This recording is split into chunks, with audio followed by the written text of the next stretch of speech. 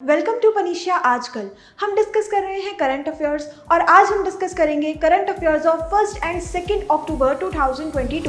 तो चलिए स्टार्ट करते हैं हेडलाइंस के साथ। Starting with our first headline, Kazakhstan changes its capital name from Nur Sultan to Astana.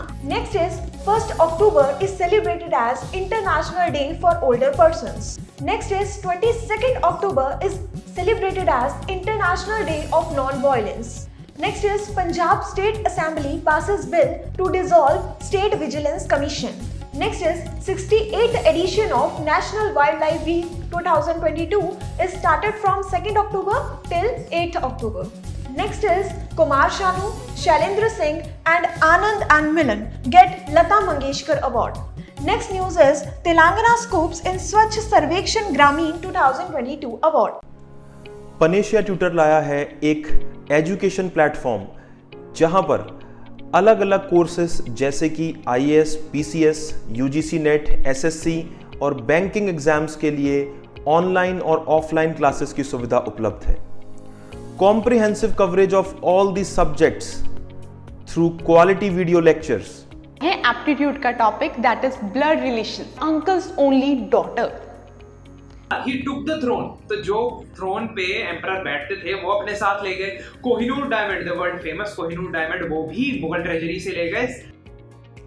फिर आया इकोनॉमिक प्रैग्मेटिज्म, यानी कि चाहे हमारे आपसे झगड़ा भी है तो भी हम आपसे व्यापार कर रहे हैं। जैसे चाइना है, हमारा झगड़ा होते हुए भी हम उससे व्यापार करें। पीडीएफ नोट्स और उनसे जुड़े हुए रिलेवेंट एमसीक्यूज, साथ ही साथ comprehensive mock tests.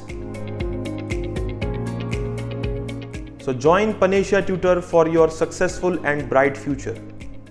Starting with our first news, सबसे पहले हमने डिस्कस करना है कजाकिस्तान के बारे में। तो कजाकिस्तान ने अपनी कैपिटल, जिसका नाम पहले क्या था, नूर सुल्तान, अब उसका नाम नूर सुल्तान से चेंज करके फिर से रख दिया है अस्ताना।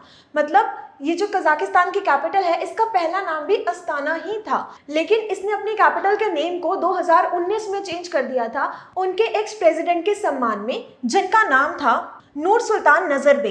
तो नूर सुल्तान नजरबे जो इनके पुराने प्रेसिडेंट थे, उनको सम्मान देते हुए इन्होंने अपनी कैपिटल का नाम भी अस्ताना से बदलकर कर दिया था नूर सुल्तान। तो अब इस टाइम के जो प्रेसिडेंट है कजाकिस्तान के, उन्होंने 3 साल के बाद कजाकिस्तान की कैपिटल का नाम फिर से नूर सुल्तान से बदल के कर दिया है अस्ताना। तो यहाँ पे हमारे लिए कुछ स्टैटिक पॉइंट्स की तरफ नजर मारना जरूरी हो जाता है। सबसे पहले तो हम डिस्कस करेंगे कि कजाकिस्तान के इस टाइम के प्रेसिडेंट कौन है। तो जो प्रेजेंट यहाँ के प्रेसिडेंट हैं, इनका नाम है कासिम-जोमार्त तोकायेव और कजाकिस्तान की करेंसी है कजाकिस्तानी तेंजे।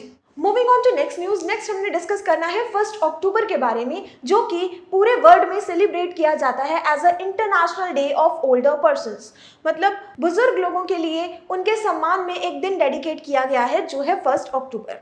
तो इसके बारे में देखते हैं। सबसे पहले तो ये दिन जो है वो इंट्रोड्यूस किया गया है by United Nation General Assembly, और इसका मेन एम क्या है? इसका मेन एम है honouring the contribution of older persons. मतलब जो भी हमारे बुजुर्गों ने कंट्रीब्यूशन दिया है इस सोसाइटी की डेवलपमेंट के लिए या एक इंडिविजुअल की डेवलपमेंट के लिए, उन्हें एक ऑनर प्रोवाइड करना है इसके लिए। इसके अलावा ओल्डर पर्संस की जितनी भी प्रॉब्लम्स होती हैं उन सबको कैसे टैकल किया जा सकता है, इसके बारे में लोगों में अवेयरनेस फैलाने के लिए एक दिन चूज किया गया है, जिसका नाम है 1 October, international day of older persons, with the main aim to get a development of society for all age groups. चाहे वो किसी भी एज का पर्सन हो, कंप्लीट सोसाइटी की डेवलपमेंट तभी हो सकती है जब सभी एज ग्रुप के पर्सन डेवलप करेंगे। तो यूनाइटेड नेशन जनरल असेंबली ने सबसे पहले 1991 में अप्रूव किया था कि हर साल ये दिन मनाया जाएगा। इस बार जो ये दिन मनाया जा रहा है, इसका थीम क्या है? तो थीम हमारे लिए इंपॉर्टेंट है। 2022 का थीम है resilience of older persons in changing world. Next हमने डिस्कस करना है 2 अक्टूबर के बारे में, जो कि हर साल मनाया जाता है as a international day of non violence. अहिंसा के लिए एक दिन डेडिकेट किया गया है, और अहिंसा के पुजारी किसे कहा जाता था? महात्मा गांधी को। तो जी हाँ, महात्मा गांधी के बर्थडे यानी कि 2 अक्टूबर को ही हम मनाते हैं international day of non violence. इस बार 2022 में ये था 153rd birthday of Mahatma Gandhi. Basically ये जो दिन है हमारा international day of non violence, इसका जो मेन प्रिंसिपल है से नो टू वायलेंस, मतलब किसी भी तरीके की वायलेंस नहीं होनी चाहिए, हमारे आसपास सराउंडिंग्स में पीस होना चाहिए, शांति होनी चाहिए और हम हर एक तरह की वायलेंस से बच कर रहें, यही इस दिन का मेन थीम है। And this day is particularly celebrated with the motive to develop culture of peace, tolerance, understanding and non-violence among the people। ये दिन मनाना स्टार्ट कब से हुआ था? सबसे पहले ये आइडिया दिया गया था ईरान के एक नोबेल लिटरेचर विनर जिनका नाम है शिरीन एबादी। इन्होंने सबसे पहले ये प्रपोज किया था कि हमें 2 अक्टूबर को मनाना चाहिए international day of non violence. उसके बाद 15 जून 2007 में यूनाइटेड नेशन ने अप्रूवल दिया था, एक रेजोल्यूशन पास किया जिसमें ये डिसाइड किया गया कि हर साल ये दिन सेलिब्रेट किया जाएगा all over the world. Moving on to next news. Next हमने डिस्कस करना है पंजाब के बारे में, जहां पे पंजाब की गवर्नमेंट ने यह डिक्लेयर किया है कि स्टेट विजिलेंस कमीशन अब अबॉलिश कर दी जाएगी। अब स्टेट विजिलेंस कमीशन का कोई भी काम नहीं है। इसके बारे में डिस्कस करते हैं कि एक बिल पास हुआ है जिसने स्टेट विजिलेंस कमीशन को डिसॉल्व कर दिया है। तो सबसे पहले तो हमें यही पता होना चाहिए कि स्टेट विजिलेंस कमीशन का काम क्या था। किसी भी गवर्नमेंट डिपार्टमेंट में कोई भी गवर्नमेंट एम्प्लॉय किसी भी तरह की करप्शन नहीं कर रहा, ये देखना इस कमीशन का काम था। और अब पंजाब की सरकार ने यह डिक्लेयर किया है कि हमें इस कमीशन की कोई जरूरत नहीं है। This bill was passed by chief minister Bhagwant Mann. ये एक्ट पास कब किया गया था? स्टेट विजिलेंस कमीशन बनाई गई थी by Punjab state vigilance commission act 2022 के अंदर इस कमीशन को सेट किया गया था, जिसका मेन एम था करप्शन पे कंट्रोल लेकर आना और करप्शन को रोकना। और अब दोबारा से एक बिल पास किया गया है जिसके अंडर हमने इस स्टेट विजिलेंस कमीशन को डिसॉल्व कर दिया है। इसके अलावा 2 और इम्पॉर्टेंट बिल पास किए गए हैं, जिनमें एक है आपका Punjab goods and services tax amendment bill 2022, जिसके अंदर क्या काम किया गया है? To tackle the invasion of goods and services tax. अगर कोई भी पर्सन जीएसटी की चोरी कर रहा है, जीएसटी को छुपा रहा है, तो उसे किस तरीके से टैकल किया जा सकता है, उसके लिए कुछ बदलाव लेकर आए हैं।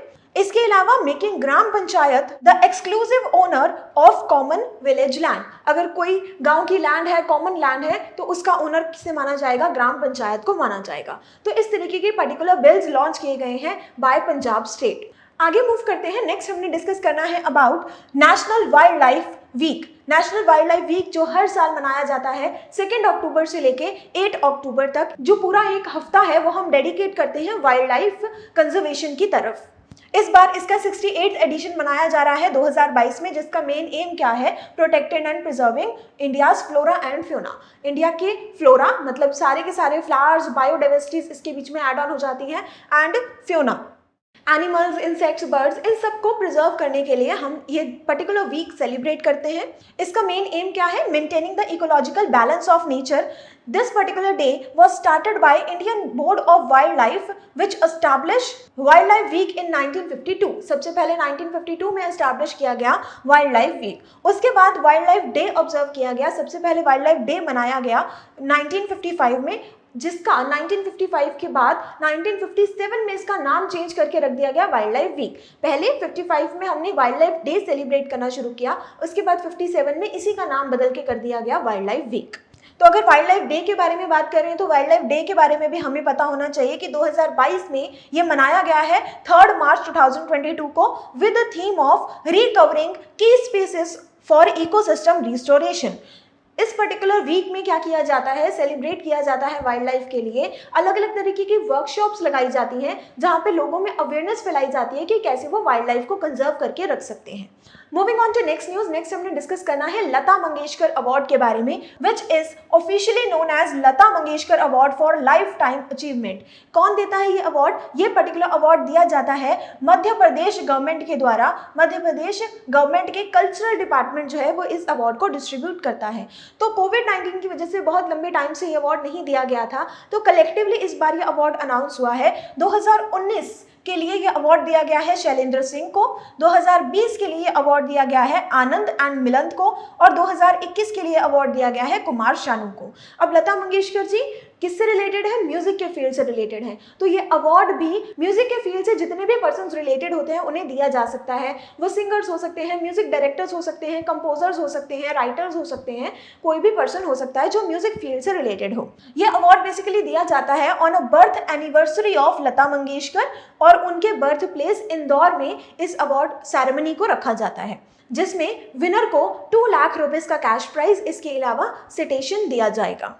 ये अवार्ड देना स्टार्ट कब से हुआ? फर्स्ट टाइम ये जो लता मंगेशकर अवार्ड है मध्य प्रदेश सरकार के द्वारा दिया गया था 1984 में, और फर्स्ट इसके रेसिपिएंट कौन थे? इनका नाम था नौशाद, जो कि म्यूजिक डायरेक्टर थे। मध्य प्रदेश के बारे में कुछ स्टैटिक पॉइंट्स देखते हैं। सबसे पहले तो इनकी मध्य प्रदेश की कैपिटल है भोपाल, और इस टाइम के जो प्रेजेंट सीएम है मध्य प्रदेश के, उनका नाम है शिवराज सिंह चौहान।